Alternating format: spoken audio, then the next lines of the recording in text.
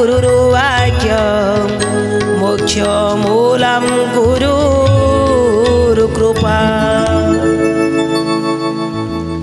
नमस्कार दर्शक बंधु, प्रार्थना लाइव भिन्न स्वादर शिक्षा भित्तिक जुगोपयोगी नूतन कार्यक्रम प्रज्ञा पुराण पवित्र अगणा को आपण मानकर दिव्य चेतना को सुस्वागत।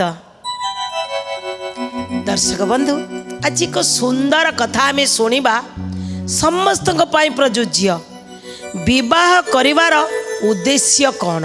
तुम ठीक है, मुझे जानी जिनसा कि मुझे ना मुझे कहीदेवी ना दर्शक बहुत खराब हे। ओहो, तुम्हें कहीदे दर्शक बंधु खराब हे? आगे अरे कुह तो पेट भितर कौन सी कथा रखिले भल नहीं। कहीदियो कौन जानी कई खराब हे आपण मैंने जमा खराब हे। राकेश भाई खराब ना हो कहीदियो। आगे प्रथम तो जदि बाहा यौतुक ओ माणिया आनिया पाई हाय हाय लोक भावे यौतुक बाहा। द्वितीय तो यौतुक आनी साइल माने कन्या आनी साइल कन्या संगे यौतुक आसला तुम इच्छा यौतुक से देवे। द्वितीय इच्छा नहीं आजिकल कहार इच्छा नहीं। दर्शक बंधु मो राकेश भाई कहले कौन अरे नो डिमांड चलती परा।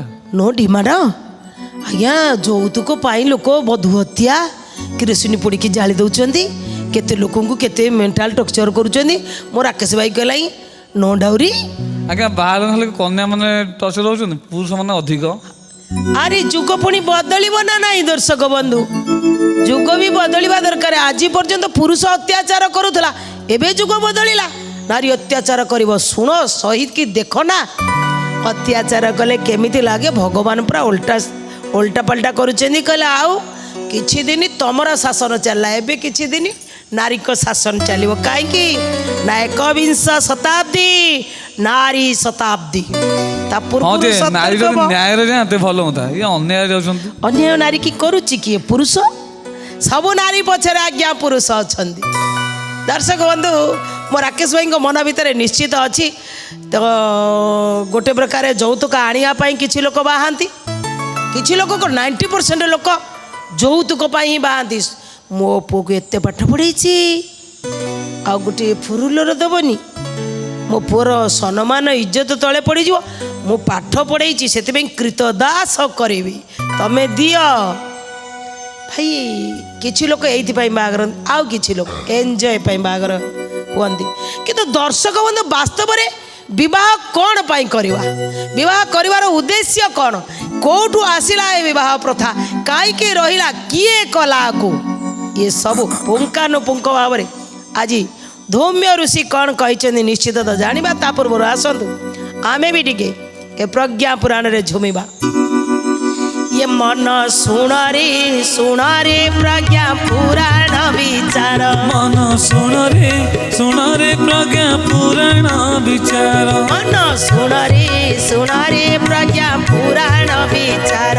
मन सुण रे प्रज्ञा पुराण विचार। संस्कार संस्कृति अटे हार आधार। मन सुण रे प्रज्ञा पुराण विचार। मन सुण रे प्रज्ञा पुराण विचार। कलि जुग मानव कल्याण पाई नारद को प्रभु देले मरते पठाई। नारद को प्रभु देले मरते पठाई। नारद को प्रभु देले मरते पठाई। समाज सुधारिब साधु सन्थे कहिब। समाज सुधारिब साधु सन्थे कहिब। प्रज्ञा पुराण अटई संसारी सार। हे मन संसारी सार। हे मन सुण रे मन सुण रे प्रज्ञा पुराण विचार। मन सुण रे प्रज्ञा पुराण विचार। मन सुण रे प्रज्ञा पुराण विचार। दर्शक बंधु धौम्य ऋषि प्रथम आगे कथा रखिले आमे विवाह कहीं करवा? विवाह कले तो आमे गृहस्थ हवा। आगे विवाहर ये प्रस्थाटा कोठू आइला? कहीं विवाह करेंगे? गोटे नर पुणी नारी की कहीं विवाह करेंगे? এই কথাটাକୁ ଆଜି ସୁନ୍ଦର ଭାବରେ ବୁଝଉଛନ୍ତି ଆଜ୍ଞା ଧୌମ୍ୟ ଋଷି। ଦର୍ଶକ ବନ୍ଧୁ, ବାସ୍ତବ ସତ୍ୟ ହେଉଛି ଆମେ ଆଜି ଅନେକ କଥା ବୁଝି ନଥାନ୍ତି ବୋଲି ବେଳେ ବେଳେ ଫସିଯାଆନ୍ତି। ସତ କଥା ହେଲା, ଆଜି ଧୌମ୍ୟ ଋଷି କହୁଛନ୍ତି ତାଙ୍କର ଇଚ୍ଛାକୁ ସେ ପୁରା ଦର୍ଶକ ବନ୍ଧୁ ଦ୍ୱିତୀୟ ଦିନ ତ ଉପସ୍ଥିତ ହେଇଯାଇଛି। ଗୋଟି ଗୋଟି ଉପରେ କହୁଛନ୍ତି। ଧୌମ୍ୟ ଋଷି କ'ଣ କହିଲେ? ଏ କାମେଚ୍ଛା ପିନରାନ୍ ସରବାନ୍ ବିହୋଳାନ୍ ବିଦଧାତି ସା ପ୍ରକୃତି ପ୍ରେରଣା ଚୈବ୍ୟଂ ଭାବନା ବେଗବତ୍ୟଳମ୍ ପୁଂସରାତ୍ರೋ ଭୟରେବ ସମୁଦେତି ଯଥା ବୟଃ ଶକ୍ତିଂ ପ୍ରବାହମେନଂ ଚ ନିୟମୈବ ବିବେକିନଃ। କହିଲେ ଯେଉଁ ପ୍ରଚଳିତ ପ୍ରବାହ କାରଣରୁ କାମ ଇଚ୍ଛା ଯେଉଁ ମନୁଷ୍ୟକୁ ବିଚଳିତ କରୁଛି, ଉତ୍ତେଜିତ କରୁଛି, ଏ ପ୍ରକାର ଯେଉଁ ଉତ୍ତେଜନା ଠିକ୍ ସମୟ ଆସିଲେ ତା ଭିତରେ ଯେଉଁ ଉତ୍ତେଜନା ଆସିଯାଏ, ଏ ଉତ୍ତେଜନାକୁ କେମିତି ବଶୀଭୂତ କରାଯିବ? ନାରୀ ପୁରୁଷ ଉଭୟଙ୍କ ଠାରେ ସେଇ ଉତ୍ତେଜନାଟା ସମୟ ଅନୁସାରେ ବିଚଳିତ ହୁଏ, ଉଦ୍ବେଳିତ ହୁଏ। ସେଥିପାଇଁ ଯେଉଁମାନେ ବିଚାରଶୀଳ ବ୍ୟକ୍ତି ଅଛନ୍ତି, ଯେଉଁମାନଙ୍କର ଇନ୍ଦ୍ରିୟ ଟିକେ ସଂଯମତାର ଅନୁଭବ କରିଥାନ୍ତି, ସେମାନେ ସେଇ ଇଚ୍ଛାକୁ ଅନ୍ୟ ଦିଗରେ ଲଗାନ୍ତି। ଯେଉଁମାନେ ଏ ପ୍ରକୃତି ଦତ୍ତ କାମଚ୍ଛାକୁ ସେଇ ଶକ୍ତି କି ଜାଣିପାରନ୍ତି ନାହିଁ, କେଉଁଠି ନା କେଉଁଠି ଅବାଟରେ ଲଗେଇ ଦିଅନ୍ତି। ଆଉ ଆତ୍ମ ନିଗ୍ରହ ଅଭାବ କାରଣରୁ ସେମାନଙ୍କ ଜୀବନରେ ବହୁତ କିଛି ଅସୁବିଧା ଦେଖାଦିଏ। କିଛି ବି ସେମାନେ କରିପାରନ୍ତି ନାହିଁ, ସେମାନେ ସ୍ଥାଣୁ ପାଲଟି ଯାଆନ୍ତି। କ'ଣ କରିବି ତାଙ୍କର ବୁଦ୍ଧି ହଜିଯାଏ, ତାଙ୍କର ଜ୍ଞାନ ହଜିଯାଏ। ସେଇଥିପାଇଁ ଦୁନିଆରେ ଦେଖାଯାଏ ଅନେକ ପ୍ରକାର ଦର୍ଶନ, ଭ୍ରଷ୍ଟାଚାର। କାହିଁକି ନା ନିଜର ଆତ୍ମ ନିଗ୍ରହ କରିପାରନ୍ତି ନାହିଁ। ପ୍ରକୃତି ଦତ୍ତ ଯେଉଁ ଜିନିଷ ଆମକୁ ମିଳିଲା ତାକୁ କେମିତି କଣ୍ଟ୍ରୋଲ କରିବାକୁ ପଡ଼ିବ ସେ ଜ୍ଞାନ ଆମ ଭିତରେ ରହିଲା ନାହିଁ। এটা অটোমেটিক প্রকৃতি ভিতরে ଅଛି। আজি বুঝাউଛନ୍ତି ধৌম্য ঋষি কହୁଛନ୍ତି গোটে ହେଲା নারী গোটে ହେଲେ পুরুষ, এই দুই জনক ভিতরে সময় অনুসারে প্রকৃতি প্রদান করিথাए যে উভয়ଙ୍କୁ মিলনর আবশ্যকতা পড়িছি। যেতবেলে কাম ইচ্ছাକୁ ପୂରଣ ନ କରିପାରିବ, जो मनीष तार ज्ञान न जानी पारिबो से भूल रास्ता को जीव। सेथिपाई संयत आचरण दरकार। संयत जाको आत्मनिग्रह बोली कहा जायछि, जाको इंद्रिय संयम बोली कहा जायछि। कहले ताकू हमको करिया को पड़िबो। कहले समस्ते ए वयस रे विवाहर आवश्यकता को अनुभव करंती। हाँ मु विवाह हवा दरकार, किंतु एठी कहउचंती धौम्य ऋषि जेतबले आम भितरे बयस रे आमे पहुँची गले, आमे जानी गले प्रकृति मते देला आउ जन को मु इच्छा कली विवाह करिया पाई। विवाह करिवार उद्देश्य कोन? आज्ञा विवाह कोन एकमात्र उपाय, ता किछ नै। जो माने विवाह न करिवे से प्रश्न भी उठैले। तुमरी भलिया पुनी केते दर्शक थिले जो माने यही प्रश्न पचारिले आज्ञा विवाह करवा कौन निहाती जरूरी, किंतु धौम्य ऋषि पुणी से कहले समस्त भितर भोक अच्छी, समस्त भितर कामेन्द्रिय अच्छी, किंतु जो माने आत्मनिग्रह रास्तार जाती, जो माने संयमता अवलंबन करती, से माने एथिरु टिके बाहर को चली जाती, से माने परिवार को अधिक समय दियंती, से माने अलगा रास्तार मन को निवेश करती। समस्त को टिके भल पाई तांकर जो इच्छा शक्ति की चारिआडे टिके बांटी दियंती टिके खेलाई दियंती सेई माने आउ ये विचलित रास्ता रे जीवेनी। बड़े सुंदर भाव रे आज धौम्य ऋषि कहउछन कले जदि तुम्हें माने चाहिबो विवाह न करिबी ताले संसार अन्याय अनीति बढ़ी चलिबो कारण से कामनाटा को पूर्ति करिया पाई तुमको आवश्यकता आउ गोटे आत्मा सहित गोटे आत्मार मिलन। दर्शक बंधु कहउचंती धौम्य ऋषि संसार जितेबाला तैयारी होइकरी सेठी जितेबाला नारी पुरुष को ये संसार को पठेई देले भगवान चिंता कले अरे यांको भितरी जो जिनिस अछि ये प्रकृति आ पुरुष जड़े प्रकृति तो जड़े पुरुष तेणु ये दुईंकर मिलन नहेले किछि बहुत व्यतिक्रम घटिबो तेणु सी संसार चक्र को रक्षा करिया पाई गोटे सूत्र खंजिले सेई सूत्र हला कौन प्रजापति ब्रह्मा सृष्टि करि सारिला परे नारी पुरुष भितर काम उत्तेजना देखि सारिला परे जेतबळे उभय पहुँची गले बयस रे युवक युवती हो गले तांको भितरे गोटे ऑटोमेटिक उल्लास उद्दीपना आसुची गोटे सृष्टि तैयारी कले गोटे सूत्र तैयारी कले कले सृष्टि चक्र को रखिबा पाई गोटे सूत्र को खंजिया को पड़िबो सेई सूत्र कौन हवा दरकार ना दुई जनकर विवाह नामक एक संस्कार आमे बाहर करिबा जोथि पाई जदि जनक भितरे जो भावनाटा अछि नदी जेमिति शेष रे समुद्र सहित मिसिगला परे तार परिपूर्णता आसे आओ ठीक सेमिति ये नारी और पुरुष उभय जाइकरी उभय जितेबाला वैवाहिक जीवन रे बंधन हेई सांसारिक भीतर को आसीबे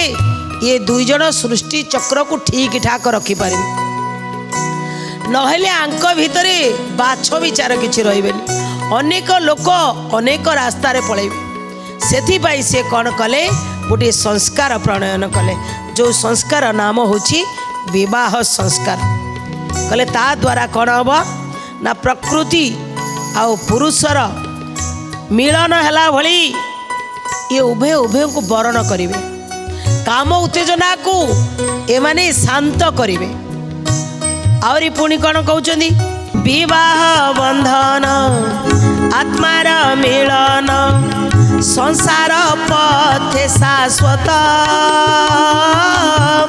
शाश्वते महत रहिछि सतत अछि केते शास्त्र मत अछि केते शास्त्र मत अछि केते शास्त्र मत नारी नारायणी अटे से जाह्नवी लक्ष्मी दुर्गा सरस्वती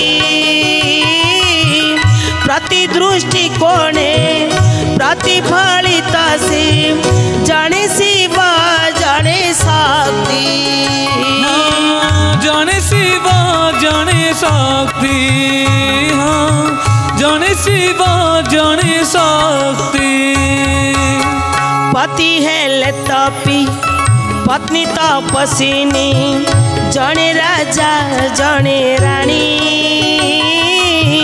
जीवन गढ़िबा सरस सुंदर प्रभु कृपा हेब पुणी प्रभु कृपा हेब पुणी प्रभु कृपा हेब पुणी कहले जेतबले मनीष सी बालकर को जाई युवक रे पहुंची गला तार योग्यता आसीगला जौवनर उल्लास प्रक्रिया जितेबाला ता भितर स्वाभाविक हो गला मुनि ऋषि मानक द्वारा ब्रह्मा कौन कले ना दुईटी आत्मार मिलन पाई ए विवाह संस्कार बाहर कले कले उभय जड़े नर जड़े नारी आउ सेई नारी भितरी नारी होची नारायणी नारी होची जाह्नवी नारी होची लक्ष्मी नारी होची सरस्वती ये भाव पुरुष भितर रहिबा दरकार से ताकू सेतिकी सम्मान दब दृष्टिकोण से अनुसार दी जनकर बदलिव जड़े शिव हेले जड़े शक्ति आओ पति जदि तपस्वी हो गले ताले पत्नी हम तपस्विनी उभयंकर मिलन हेले ये जो बाहर किछि विचलित हबार अछि ताहा देखा दब ना से विवाह करेंगे। अनेक लोक कहती अरे सी तो कथावाचक सी तो ये करुँच लोक दिग्दर्शन होती विवाह कहीं करेंगे विवाह करेंगे निजर यही यौवनर उल्लास को ताकू स्वाभाविक करने विवाह आवश्यकता रही कले तेणु दुई जन विवाह करेंगे विवाह बंधन रे एकत्रित हवा समय कौन देखा ना पुरुषर योग्यता थिबो विवाह उपयोगी होइतो बयसर पूर्वर विवाह हम ना कि पुरुष को अधिक वर्ष होइतिबो गोटे कन्या को कम वर्ष होइतिबो ता भितर से स्वाभाविक प्रक्रिया आसी नथिबो एहा मध्य भगवान प्रजापिता ब्रह्मा सृष्टि करि नथिले।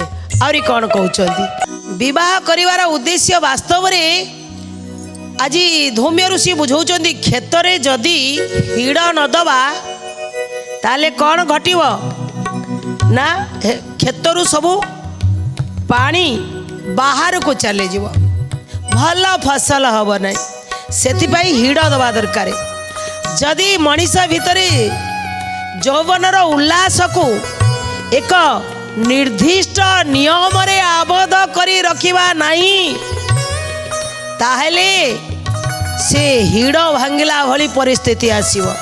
सेइति पाई जे प्रत्येक मनीष जेतबले यौवनर उल्लास रे पदार्पण कले से नारी हो पुरुष हो ए दुई जन को गोटे निर्दिष्ट सीमाबद्ध भितरे आबद्ध करी रखिबार मुख्य उद्देश्य होची विवाह बंधन।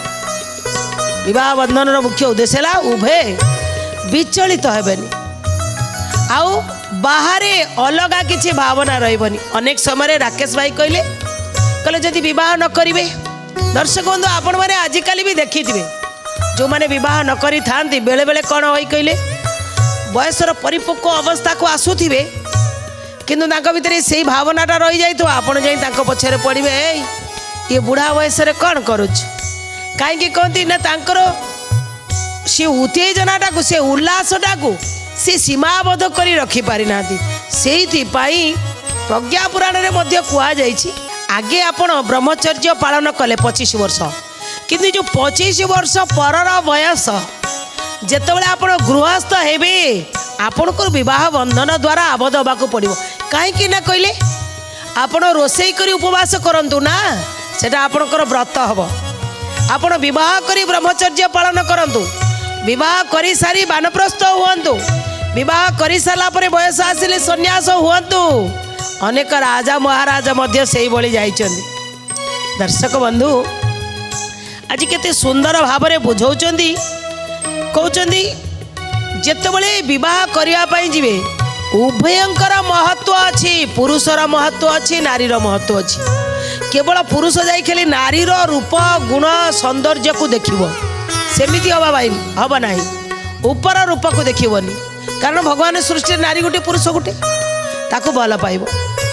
पुरुष को जेतेबेले नारी विवाह करिवो ता भितर जदि अपरिपक्वता नथिबो ता भितरे जेमिति मानसिक अवस्थार दोदुल्यमान अवस्था नथिबो से जेमिति परावलंबी हेई नथिबो से जेमिति असंजत व्यक्ति हेई नथिबो संजत नथिबो ए भली व्यक्ति विवाह करिबा अनुचित। संपूर्ण रूपे बारण करिसेंती जो माने परावलंबी अन्य उपरे निर्भर करी चलती सी विवाह बंधन को आसवा उपयुक्त न कारण प्रथमे आगे स्वावलंबी हुआ तापरे विवाह कर। द्वितीय कथा कहते जी असंजत जार संजत नाई नारी को उपभोगर वस्तु नुह धर्मपत्नी आसो नारी नारायणी ताको भी सम्मान देवा दरकार तेणु असंजत नाई संजत हवा भी दरकार। आउरी कौन कहते अपरिपक्वता थिबो कथा कथा के स्त्री के हाथ उठाऊ कथा कथा कि मु जहा कहबी तू सेया करिवु। अरे ये कौन तुम घरर कृतदास पैसा दे किणिच जहा कहब से सेया करिवो। कहले एपरी अपरिपक्वता मानसिकता ता भितरे नथिवो। आउरी मध्य कहउचंदी तार मानसिक अवस्था सब बळे शुद्ध आ पवित्र होइतिबो। ये दीटा जाक देख ये जो चारिटी गुण उभय पाखे दी जन पाखे थी ताले से विवाह बंधन रे बांधी संसारर सृष्टि चक्र को ताकू ठीक ठाक रखिबा पाई से परम पिता परमात्मा का द्वारा तैयारी होइतिबा सूत्र को अवलंबन करी वैवाहिक जीवन बा दाम्पत्य जीवन रे आपण माने पदार्पण करिवे। पुरुष नारी की सम्मान दब, नारी पुरुष को सम्मान दब। एठी कहीं छोट नुह कहीं बड़ नुह, कहीं क्या अधिकार सब्यस्त करेंगे ना। ताहले कौन हम ना स्वभाव आ आदर्श जितेबले उभय पाखे बढ़िया रही तो ये जो गृहस्थ सत गृहस्थ से ही सृष्टि हे। सत गृहस्थ आसिले यू सब सत पुरुष माने आसवे। ये सत पुरुष आसिले ये सभ्य समाज बना जीव। ये सभ्य समाज बनाले प्रत्येक मनीष भितर स्वच्छ मन आसव। स्वच्छ मन आसिले मनीष को देवता हाँवाई केते समय लगे। ये मनीष देवता हम ये देवता कौटी रे ये धरारे स्वर्गर अवतरण हम। एक कथा को अति सुंदर भाव में धौम्य ऋषि बुझे चली कहले विवाहर उद्देश्य है उभे भगवान का सृष्टि चक्र को ठीक ठाक रखापी भगवान का सूत्र अनुसार परस्पर नारी और पुरुष गोटे आबद्ध सीमा भितर रहिबार नाम होची विवाह संस्कार। खाली यौतुक पाई नुह कि निजर काम विलास को पूर्ति करने नुह भगवान को सृष्टि की ठीक ठाक रखापी विवाह। दर्शक बंधु समय इशारा कथा को आम ये रखू पुणी आसव आगामी अध्याय। यौतुक एक व्याधि ताठारू दूरे रहिले बहुत भल। दर्शक बंधु संसार रे व्याधि रे जितेबाला मनीष पीड़ित हो जाए ताकू डाक्तर आवश्यकता पड़े, चिकित्सक आवश्यकता पड़े। एठी ब्रह्मदेव कहते संसार रे मु यौतुक प्रथा पाई विवाह प्रथा रखी नथिली। यौतुक जेते जनक मानसिकतार अच्छी मु बाहले यौतुक आनिबी ये से गोटे बड़ बेमारी बड़ व्याधि। ये व्याधि युव समाज ये व्याधि टिके तुम्हें दूरे आस। कारण सृष्टि चक्रर अवस्था को ठीक रखापी विवाह बंधन रे बांधिबार सुजोग देइथिले।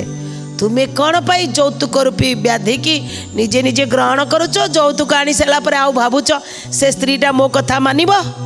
राकेश भाई जी तो यौतुक आनी सी उठक बैठक हम ना नहीं ता बापार पैसा दिया किणा हजबैंड तेणु हसी हसिक बजेब बैंड बाजिब असुविधा कौन अच्छी है।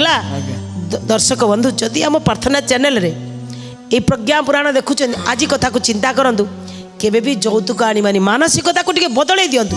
टोका गुरा थोड़े ना कुड़िया पर उपरे निर्भर कर यौतुक आनिब बिंदास रोजगार कर खाए पिए स्त्री की उल्टा सबू खर्च दियो कहीं बापा पूरा पाठ पढ़े मनीष कर तुम घर आस तार सबू रक्षणा बेक्षणा सबू कम कर सी तुमको खुशी दो तुम ताकू खुशी दो ये कामना सहित आज कथा कि रखुचु रोचु। नमस्कार।